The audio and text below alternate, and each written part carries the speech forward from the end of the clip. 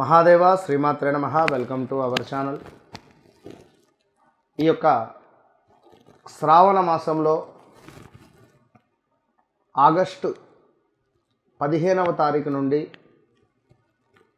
మనకు పక్షము అంటే ఈ 15వ తారీఖు నుండి 30వ తారీఖు వరకు ఏ విధమైనటువంటి గ్రహ సంచారము మరి యొక్క గ్రహాల మార్పు వల్ల ఏ రాశుల వారికి బాగుండబోతూ ఉన్నది, ఈ 15 రోజులలో ఏ విధమైనటువంటి అద్భుతమైనటువంటి మార్పులు ఉన్నవి అనేటువంటి విషయాన్ని మనం తెలుసుకునేటువంటి ప్రయత్నం చేద్దాం. అయితే ఒక మాట, ముందుగా ప్రేక్షకులు మీరు జన్మించినటువంటి సమయం కావచ్చును, ఆ డేట్ ఆఫ్ బర్త్ పుట్టిన సమయం ఏదైతే ఉంటుందో దాన్ని ఆధారంగా చేసుకొని చూసుకోవడము 100కు 90% పర్ఫెక్ట్గా ఉంటుంది, అక్యురేట్గా. పేరు బలం పట్టి చూసుకోవడము అది కొంత అక్యురేట్గా ఉంటుంది. కనుక మరొకటి, జన్మనామం వేరు, మీ యొక్క వ్యవహారిక నామం వేరే ఉంటుంది, అట్లా కూడా ఇబ్బందులు ఎదురవుతుంది. కనుక మరి ఏ రకంగా చూసుకోవాలి, మరి మన లగ్నం ఏమిటి, మన నక్షత్రం ఏమిటి, మన లగ్నాధిపతి ఎక్కడున్నాడు, ద్వితీయాధిపతి ఎవరు, ఏ లగ్నం అయితే ఉంటుందో వారికి ద్వితీయాధిపతి ఎవరైతే ఉన్నారో దాన్ని యాక్టివేషన్ చేసుకోవాలి. దాన్ని యాక్టివేషన్ చేసుకుంటే ధనపరమైనటువంటి ఇబ్బందులు ఉండవు.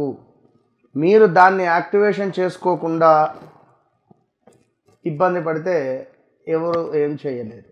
కనుక సింహరాశి అనుకుందాం, ద్వితీయాతో కన్యను యాక్టివేషన్ చేయాలి అంటే ఏమిటి, బుధునికి సంబంధించింది ఏం చేయాలి. అదేవిధంగా మకరం అనుకుందాం అంటే కుంభము వీరికి ద్వితీయాతు.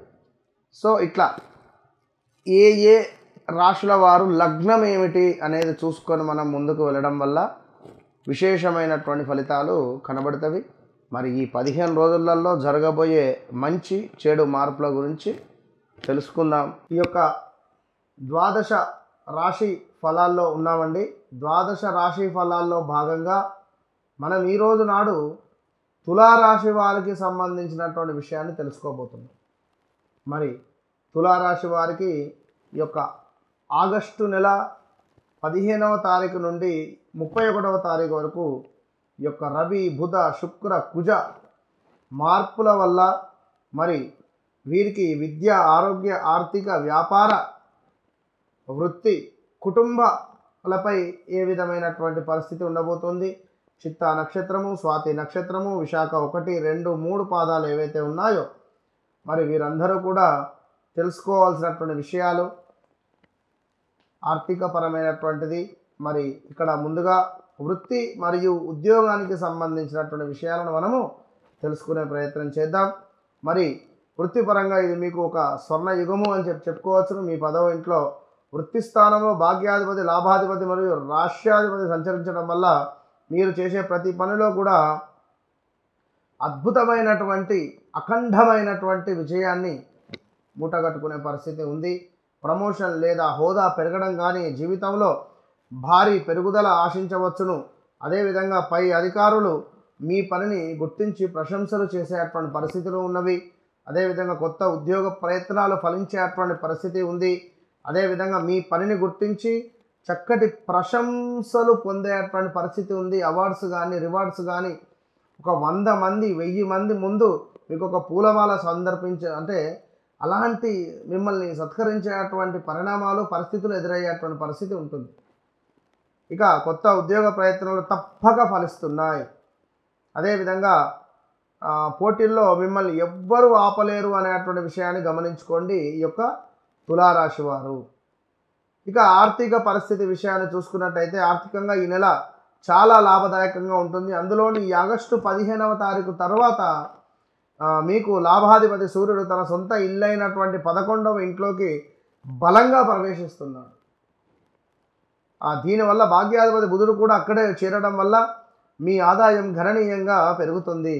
పాత పెట్టుబడుల నుండి అద్భుతమైనటువంటి రాబడి వస్తుంది. అయ్యో గతంలో పెట్టుబడి పెట్టామే, మాకు నష్టం వాటిల్లుతుంది, రావడం లేదు, దానికి సంబంధించినటువంటి లాభం అని అనుకునేటువంటి వారికి తప్పకుండా అద్భుతమైనటువంటి రాబడి కనబడుతుంది. అయితే మీ ధనాధిపతి కుజుడు 12వ ఇంట్లో ఏ స్థానంలో ఉండడం వల్ల ఆదాయంతో పాటు ఖర్చులు కూడా అదే స్థాయిలో ఉంటాయి.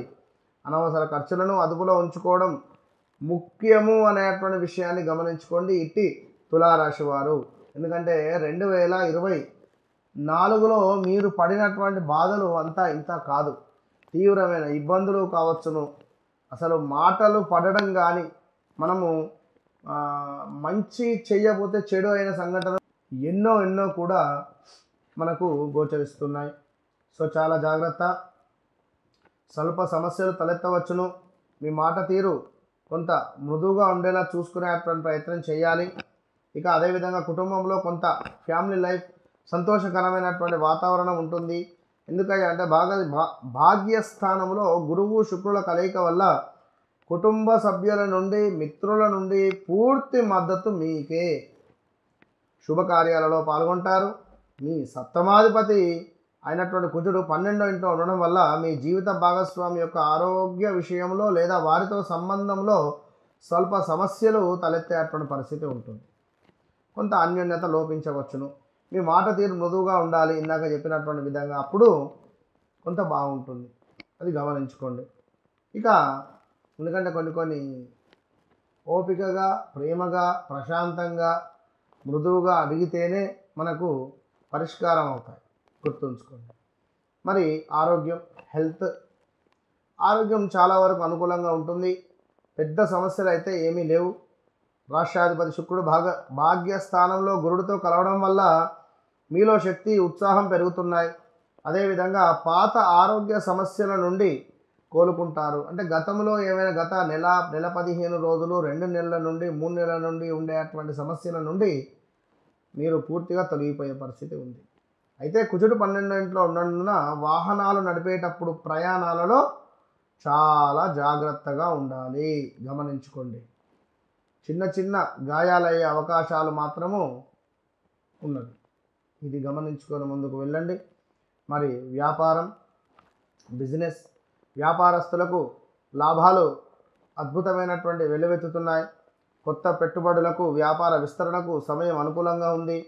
అయితే మీ 7వ అధిపతి కుజుడు 12వ ఇంట్లో ఉన్నందున భాగస్వామితో లేదా కస్టమర్లతో వ్యవహరించేటప్పుడు ఓర్పు సంయమనము అనేటువంటిది చాలా అవసరం. చాలా గమనించుకోండి. ఈ పాపి పూపే అక్షరాలతో ఉండేటువంటి పేర్లతో ఉండేటువంటివి కానీ, ఈ రా రీ రూ ఈ అక్షరాలతో కానీ, అక్షరం కూడా ప్రమోదు ప్రదీపు వీరందరూ ప్రియాంక వీరందరూ కూడా మీ వ్యాపార భాగస్వాములతో కానీ కస్టమర్లతో కానీ కొంచెం ఓపికగా మాట్లాడుకోండి. చిన్న అపార్థాలు సంబంధాలకు దారి తీయవచ్చును. చిన్న అపార్థం కూడా మీకుండేటువంటి గుడ్ విల్ కానీ మీ సంబంధాలకు మైనస్ తేవచ్చును. కాబట్టి జాగ్రత్త. మరి స్టూడెంట్స్ విద్యార్థులకు ఇది అత్యంత విజయవంతమైనటువంటి సమయం. మీ యోగకారకుడైనటువంటి శనైశ్వరుడు 5వ అధిపతి అయి 6వ ఇంట్లో పోటీ స్థానంలో ఉండడం వల్ల పోటీ పరీక్షలలో అద్భుతమైనటువంటి విజయం సాధిస్తారు. మరి 9వ ఇంట్లో గురుడు సంచారం వల్ల ఉన్నత విద్య విదేశీ ప్రయత్నాలు ఫలిస్తున్నాయి. ఏకాగ్రత మరియు ఆసక్తి పెరుగుతాయి. ఇవంతా కూడా మరి గోచార రీత్యా ఫలితాలు. మీరంటూ పుట్టినటువంటి సమయానికి మీకు ఒక డేట్ ఆఫ్ బర్త్ పుట్టిన సమయం అనేటువంటిది ఉంటుంది. మరి దాన్ని బేస్ చేసుకొని నడిచేటువంటి దశ అంతర్దశలు ఏమిటి, మహాదశ ఏమిటి, భుక్తి ఏమిటి, ప్రజెంట్ ఏం నడవబోతోంది, ఏం జరిగింది, ఏం జరుగుతుంది, ఏం జరగబోతోంది, ఇట్టి విషయాలకై తప్పకుండా సంప్రదించండి. ప్రతి మంగళవారం హనుమాన్ చాలీసా పఠించడం అవసరము. ప్రయాణాలలో ఆటంకాలు తగ్గుతాయి. అదేవిధంగా తెల్లని వస్త్రాలు ధరించడము, అమ్మవారిని పూజించడము, లక్ష్మీదేవిని పూజించడము, అదృష్టము ఆకర్షణ పెరుగుతుంది. ఇక అదేవిధంగా కొంత అనుగ్రహము శనైశ్వరుని యొక్క అనుగ్రహము కావాలనుకుంటే క్రమశిక్షణతో ఉండాలి మనం, అది గమనించుకోండి. పేదవారికి సహాయం చేయండి. ఇంకా గందరగోళమైనటువంటి పరిస్థితులు కానీ ఇబ్బందిగా ఉండేటువంటి సిచ్యువేషన్ నుండి వెళ్ళిపోవాలి అంటే దుర్గాదేవి లేదా సరస్వతి దేవిని ఆధారించుకోండి. ఈ యొక్క ఆరాధన వల్ల అద్భుతమైనటువంటి ఫలితాలు ఉంటాయి. All the best.